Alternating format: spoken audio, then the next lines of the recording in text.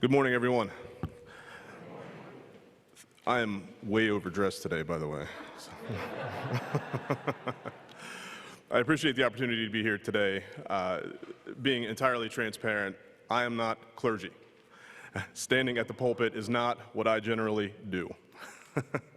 But there is no hesitation when it comes to getting up here and thanking this great congregation today. I've always felt welcomed here and at ease, from the many friendly faces to your very dynamic pastor, to my dear kindergarten teacher, Pat Kondo, to my neighbors. There is warmth here, and I'm glad to be here with it. I also enjoy the fact that today is Holy Humor Sunday, a day of vibrancy and remembrance. It is not perhaps your typical Sunday. Anyone familiar with either myself or the staff at the Coalition can tell you that we are far less than typical on most days. The Religious Coalition has existed now for 40 years, and ERUCC has either walked beside or led the way through coalition programming that has helped thousands of people over those years. The longest supporting and by far the most generous in our history. If there is a need present, Evangelical Reform has been ready to respond to the call. When the community needed a shelter to keep the people out of the cold, of course, it was ERUCC. Who was taking care of the mission volunteers or the Afghan refugees? Of course, it was ERUCC. And when it came time to house the first families in need, who would lead the charge and house them first? Of course, it was ERUCC. September 24th, 2014, right across the street, the emergency shelter would see its humble beginnings inside Trinity Chapel. We'd planned for nearly a year. We hired staff. We trained volunteers. We moved materials, and then moved materials, and then moved materials. And the first night, we had one family, and I was a little bit nervous. Was this thing going to work? Will it be effective at affecting homelessness? We would get the answer soon thereafter, as the beds began to fill up, and the program was off to the races. And over the last 8 years, we have housed roughly 240 families, many of those who've called this church their temporary home. Now, we knew the scattered site wasn't ideal, the children having to move continually. We knew we needed a permanent site. Now, I'm not naming any names or anything, but this fact was driven home consistently by a particular pastor with a hyphenated last name.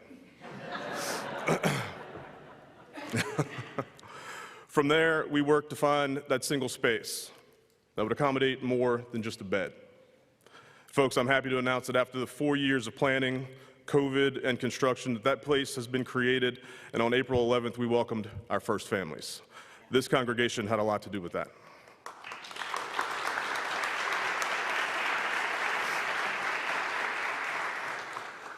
The generosity and speed by which you answered the call to the new shelter allowed us to keep moving forward to achieve our goal. And for that, and for the continued rich history, I personally thank you, and your coalition thanks you as well. Moving forward is a central theme for the family shelter. When I was thinking through what I was going to say at the grand opening a few weeks ago, a reoccurring thought kept coming to mind.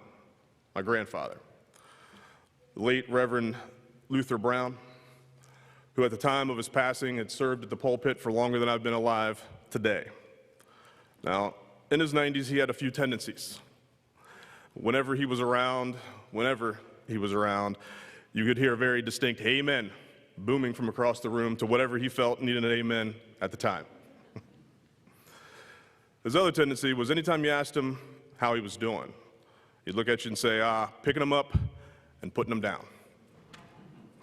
Picking them up and putting them down. Folks, I can think of no better metaphor for the march through the last 4 years, the challenges we've overcome, and the sentiment we want to instill in every family needing to reside within than picking them up and putting them down, to progress, to move forward despite the odds and despite the obstacles.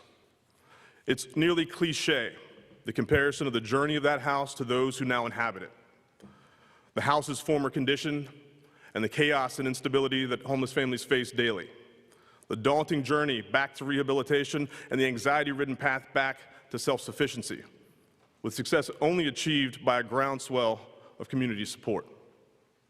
Our hope is that building serves as a reminder to those who look upon or reside within that even though the task appears difficult to mount, though the odds are not favorable and the outcome is uncertain, that a building and a family's stability can be resurrected, picking them up and putting them down, moving forward.